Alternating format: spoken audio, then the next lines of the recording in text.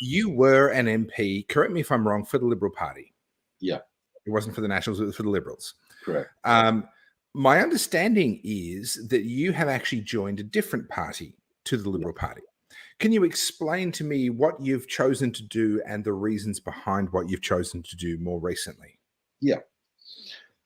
Well, look, I think, Topher, that, you know, if we say the first question is, this has been quite a personal decision for me. I wouldn't necessarily urge it on others, but I'm happy. It's always a personal decision. If you invite me to, I'm happy to share, you know, my reasoning.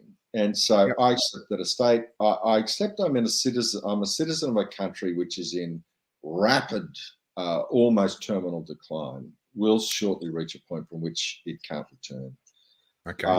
But that I think there is one last chance to pull the rabbit out of the hat, to find the break before we reach the cliff, to return. Before you continue, I'm fairly close to the same view. I mean, ultimately, I'm looking at the next election in Victoria. If Daniel Andrews gets returned as Premier, I'm out. I'm out of Victoria. I'm done. Yeah. And look, I'm frankly, you know, I'm living in this twilight zone, this strange world where I grew up absolutely loving my country, where I grew up as a kind of patriot, where I went into politics in part, whatever other selfish or venal motives, you know, in part because I loved the Australian idea. I loved what, you know, 40,000 years of Aboriginal and 220 years of European settlement had produced. And I thought we could create a kind of paradise. I thought we could create a nation as great as the Minoans, as beautiful as the Athenian Golden Age, as evocative as the European Renaissance. I thought we had it all, as the only country in the world with a whole continent to ourselves, and that continent having these abundant natural resources and an open, friendly, tolerant, well-educated, innovative population. I thought, wow, this maybe can go. I'm with you. At this point, I'm 100% with you. What happened? And yet what we found is we gave up our Australianness and plugged the cable into Brussels and Paris and Kyoto, and became this sort of generic global product, which, in rubbing off and destroying all of the distinctive, wonderful, laconic, laid back, friendly, under-regulated, you know, Australian qualities, and we have sought to sterilise our own resource base and walk away from our inheritance as a nation. So my view is I've joined the Liberal Democratic Party. Okay.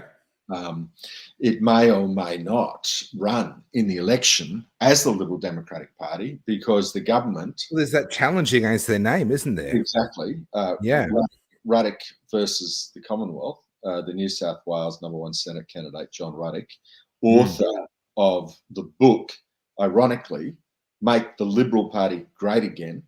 I wasn't aware of that. That's hilarious.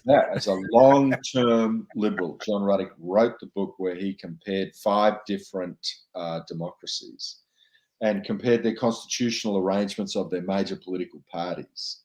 And he argued that the Liberal Party's got to move away from faction-based, small franchise, insider, boss backroom deals to plebiscite primary-style constitutional arrangements to break the power of faction bosses.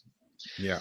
And he tried and he tried and he tried, and now we've just seen he largely succeeded in reforming the New South Wales division, but we now see the Prime Minister and Alex Hawke are stepping in because they wish to protect incumbents. They wish to avoid exposing them to competition. They call themselves a Liberal Party, but they are the most authoritarian, faction-based, anti-Liberal organisation. So And then the next thing they did was to say to the Liberal Democrats, who have been Liberal Democrats, who've owned that name for over 20 years, they've saying you can't run as Liberal Democrats because people might get confused and actually want to vote for our busted ass, corrupt backwater of former democratic values.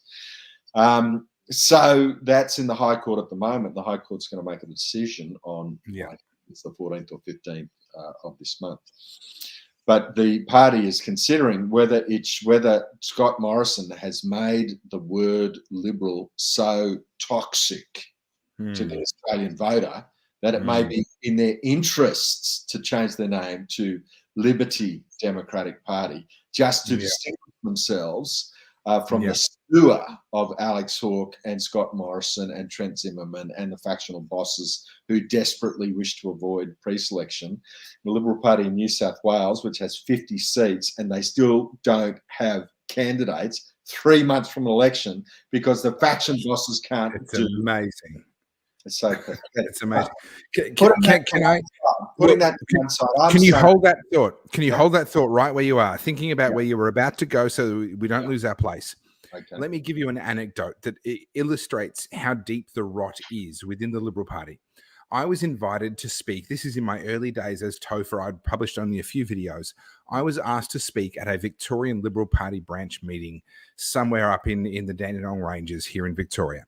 And what I said to the guy who invited me, I said, listen, I'm happy to come and speak, but you're not going to like what I've got to say to the Liberal Party of Victoria.